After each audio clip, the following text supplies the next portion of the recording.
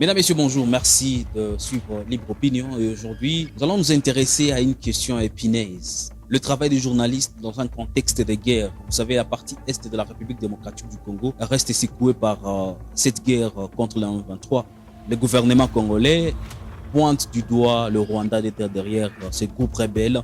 Les journalistes toujours en train de chasser l'information. Et je reçois Daniel Michombero, l'homme que vous reconnaissez toujours par ses tweets. C'est le journaliste lui-même qui est l'auteur de sa sécurité.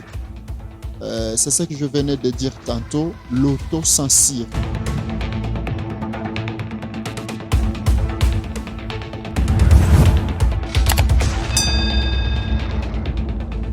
Et aujourd'hui, nous allons revenir sur plusieurs questions liées au travail des journalistes, surtout dans ce contexte de guerre. Daniel Michombero, bonjour et bienvenue. Bonjour, Monsieur Blaise, bienvenue. C'est pas facile, nous vous rencontrons à la maison. C'est pas facile aujourd'hui le travail d'un journaliste. Est-ce que le contexte du travail d'un journaliste a changé, surtout à l'est de la RDC? Oui, le contexte a changé par le fait qu'au début, nous étions dans un climat où on devrait relayer des informations sans attendre quelque chose après. Mais aujourd'hui, avant la publication de toute information, on a tendance à croire qu'il y a quelqu'un derrière qui pourrait revenir. Du coup, on procède à l'autocensure. On essaye un peu de boucher des murs. On essaye un peu de faire écrouler certains murs dans l'objectif de bien vouloir rester au milieu. Parce qu'il suffit seulement qu'une phrase soit mal interprétée pour que tout le monde s'apprenne à celui qui a fait cette publication. En tout cas, quelque chose a changé, pas comme au début. Vous n'êtes pas en clandestinité, ça on peut l'affirmer dans cette émission, mais vous vivez un contexte assez particulier. Je vais aussi m'intéresser à une question délicate. Lorsque vous êtes face à des sources, à un sujet controverse, comment vous vous comportez dans un tel contexte? Je suis pas en clandestinité. J'ai restreint personnellement les mouvements parce que c'est ça que j'ai jugé utile pour l'instant, pour Parce le qu'il moment. y a une menace à ce niveau déjà? Des menaces existent parce que je pense que vous suivez les réseaux sociaux, des communications qui frisent partout. Ça, j'ai lu juste dans les réseaux sociaux qui ont fait une communication essayant un tout petit peu d'appeler la population à laisser les champs libres aux journalistes parce qu'on ne savait pas. Jusque-là, je ne sais pas qui fait quoi. Ces menaces viennent d'où? Quelqu'un, je me réveille le matin. D'ailleurs, je me souviens, c'est James Kisubi de la RTNC qui m'a envoyé une publication disant que je suis parmi des personnes qui travaillent pour les rebelles du M23 et que personne n'accepte, ne digère, ne consomme mes publications. Je ne vais pas ici citer tous les messages que je reçois inbox sur ma page Twitter, des menaces ouvertes, des menaces écrites. Il y a aussi des appels téléphoniques. Allant dans le sens de nous faire taire. C'est vraiment l'objectif.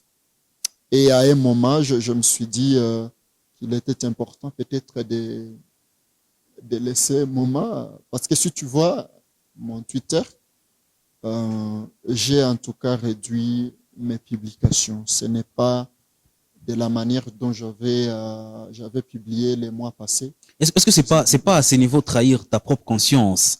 Daniel Michombero, l'arrivée du pape, fait un tweet pour dire je ne vais pas couvrir, bien que je suis à l'Est, je ne vais pas couvrir l'arrivée du pape, parce que pour moi, c'est pas une actualité. Je vais m'intéresser à ce qui se passe au front, la souffrance qu'en dire la population dans la région où je vis. Aujourd'hui, restreindre votre façon d'informer, est-ce qu'à un moment, c'est pas trahir aussi sa conscience? Je ne crois pas que j'ai trahi ma conscience parce que, comme bien vous le savez, c'est le journaliste lui-même qui est l'auteur de sa sécurité. C'est ce que je venais de dire tantôt, l'autocensure.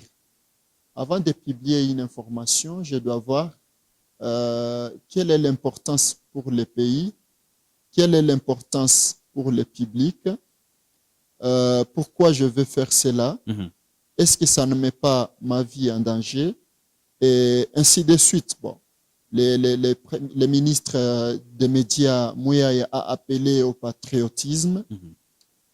Oui, c'est important, mais je ne pense pas qu'il faut vraiment aller dans le sens de prendre la presse comme tout le monde devient patriote, quoi. Et voilà. Si je me suis concentré sur la situation à l'Est, laissant ou oubliant un tout petit peu l'arrivée du pape. Ce n'est pas que j'avais voulu négliger cet événement historique. Cet événement historique, combien très important d'ailleurs pour notre pays, mais seulement parce que j'ai trouvé que c'était aussi important de me focaliser beaucoup plus sur la situation dans l'Est de la RDC. Cette question que tout le monde semble oublier. Quand on parle de Mouchaki, on pense que Mouchaki est à 2000 km de Goma. Nous avons vu, nous avons entendu nos confrères de Kinshasa qui ont montré que Kibumba est à plus de 400 km de la ville de Goma. Alors, c'est important que nous qui sommes ici sur terrain, nous qui avons cette possibilité d'affronter les terrains, qu'on arrive à relayer des informations qui peuvent non seulement apaiser la population, mais aussi qui peuvent endiguer les mosaïques qui circulent aujourd'hui, les fake news, les fausses informations. Hier même, c'était le 27 février, je suis à Massissi, près de Saké. Où il y a eu des déplacements de population. Oui, en fait, il y a eu des déplacements et certaines personnes n'ont pas pu supporter les détonations d'armes lourdes et légères. Elles ont quitté la cité. Certaines personnes se sont dirigées à Goma, d'autres à Minova. Alors, je suis à Kimoka, c'est à peu près à 5 à 6 kilomètres du centre de la cité de Saké. Je tombe sur une publication où quelqu'un affirme que la cité de Saké est tombée sous les rebelles du M23. Mais je suis là-bas. Les premiers réflexes étaient de mettre fin à cette fausse information. J'ai fait une vidéo où j'ai expliqué que j'étais à Kimoka, un peu loin de la cité de Saké, et derrière moi, il y avait des crépitements de balles. C'est ça, en fait, ce qu'on fait chaque jour, dans l'objectif de mettre fin à cette rumeur, à ces fausses informations qui détruisent, bien sûr. Vous savez, on peut larguer une fausse information aujourd'hui, on ne sait pas qui ça va atteindre, mais du coup, il y a des victimes qui tombent à cause de ça. Alors, il y a toujours un nouveau narratif aujourd'hui, c'est le journalisme patriotique. Comment vous digérez ces nouveaux concepts? Journaliste patriotique, c'est ce que je viens de dire tantôt. Moi, je pense que on ne devrait pas faire le journalisme patriotique.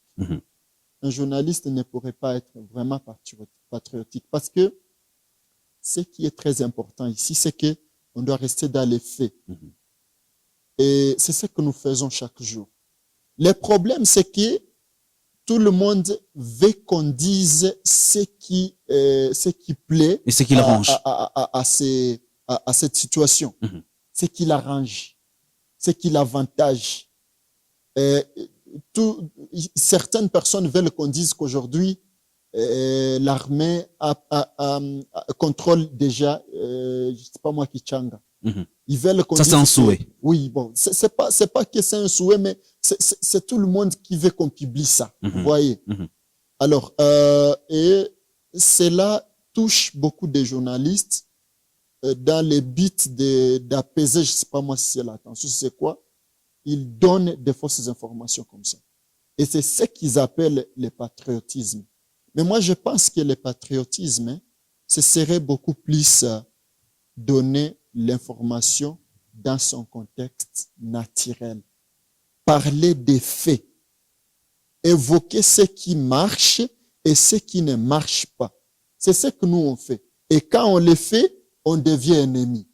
Si on parle que les rebelles ont progressé, ont pris le contrôle de Kichanga, du coup, un camp va venir et va dire, toi, tu es pro M23. Et quand l'armée progresse aussi, parce que c'est le cas, quand l'armée repousse les ennemis, les rebelles, directement, on va dire, si je publie que l'armée a repoussé les rebelles à tel endroit, alors l'autre côté vient et dit, les pro-gouvernement, je sais pas moi, ceci, c'est là. Je parle ici d'un Twitter qui a été fait le matin où on parle d'un avion Sukhoi de l'armée qui a été abattu hier dans la cité de Saké.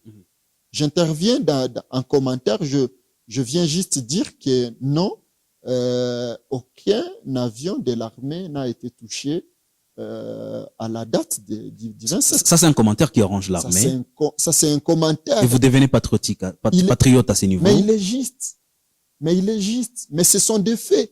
Alors, je vais comprendre avec nos internautes et nos téléspectateurs une chose. Daniel Michombero vit comme quelqu'un qui accompagne l'armée dans son travail. De notre côté, Daniel Michombero cité comme complice un 23 quand il donne une information qui n'arrange pas l'armée. Quand aujourd'hui on devient cible d'une telle ou telle autre communauté, d'un ou tel autre protagoniste, est-ce que c'est parce qu'on a perdu sa neutralité ou parce qu'on est resté neutre dans l'exercice de son travail? Actuellement, rester neutre, ça reste souvent dans la tête de celui qui reste neutre. Je ne sais pas si tu comprends ça en fait. Vous dites que vous êtes neutre parce que vous touchez les deux camps. Mais les autres là qui attendent, qui suivent, qui lisent, qui ont leurs objectifs à eux, ils pensent que tu n'es pas neutre. C'est ça le grand problème. Et ils pensent que tu es pro ceci ou cela. Pourtant, c'est pas le cas. Lorsqu'on reste dans les faits, je vous parle ici des faits. Quand on dit que l'avion de chasse de l'armée a été touché hier, mais moi, je vois l'avion de l'armée encore en l'air. C'est pas seulement un seul ou des seuls. Les avions de l'armée sont toujours là-bas. Ce sont des faits. Mais s'il faut parler de l'explosion, s'il faut parler de l'armée, de quoi, du crash, de quelque chose comme un avion, mais on peut quand même trouver des débris. On peut quand même trouver quelques restes. Mais il n'y a pas de restes à saquer de cet avion. On n'a pas vu ça. Pourquoi on veut continuer à dire que l'armée, que l'avion a été abattu, voilà, machin. Il y a plusieurs questions à poser, Daniel, mais à ce niveau, pour l'intérêt de citoyens congolais qui vont nous suivre, quel comportement la population devra adopter? Parce qu'aujourd'hui, tout le monde devient journaliste. Et vous êtes un journaliste professionnel, vous avez des notions de fact-checking. Quel conseil il faut donner aux citoyens congolais? Moi, je pense que c'est ce que nous avons toujours dit. Les conseils à donner à cette communauté, à cette population, à tout le monde qui veut avoir l'information. Parce qu'actuellement, tout le monde cherche à savoir qu'est-ce qui se passe réellement.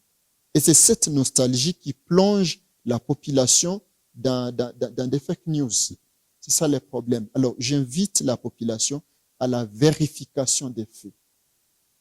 En cherchant d'abord à connaître la source de l'information. Par la source, on va voir si la personne est pro tel cas.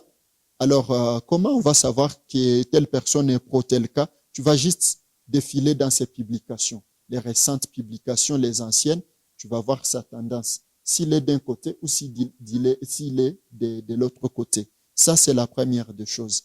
La deuxième chose, si vous avez la possibilité d'arriver sur terrain, arriver là-bas, vous avez la nostalgie vous avez les besoins de connaître la vérité de ce qui se passe à tel ou à tel endroit. Vous n'avez pas confiance à ce qui se passe. À votre informateur. À quelqu'un qui vous informe, à votre source. Vous avez aussi la possibilité d'arriver là-bas. Allez-y. Regardez, touchez, palpez de votre doigt cette vérité et puis vous allez venir et informer les autres. C'est ce qui est très important pendant ces moments. Et puis, beaucoup de personnes aiment beaucoup les fausses informations en lieu et place des bonnes informations. Le plus important, c'est qu'on vérifie. Il y a des outils de vérification. Par exemple, pour les photos. Nous avons toujours partagé des outils dans le cadre de vérifier les photos. Vous pouvez toujours les vérifier même à partir de Google Reverse. Vous pouvez les faire par Tinai. Il y a vraiment beaucoup de trucs, beaucoup d'astuces qu'on peut utiliser pour vérifier si les photos datent d'hier ou d'aujourd'hui.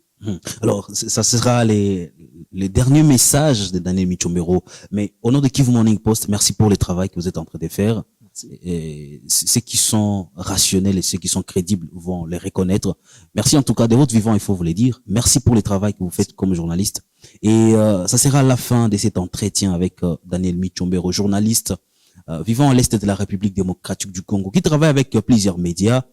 On ne va pas citer tous les médias ici, mais reconnaissez en lui cette qualité-là de journaliste et qui, en tout cas, a plusieurs notions dans les fact-checking, qui fait partie également des Congo Check, qui est un groupe de médias à l'est de la République démocratique du Congo en vérification d'informations. Et c'est par là que nous allons mettre un point final à cette émission Libre Opinion. Merci à vous de l'avoir suivi. N'oubliez pas, abonnez-vous à la chaîne pour découvrir d'autres vidéos et on s'y retrouve très prochainement avec le même plaisir.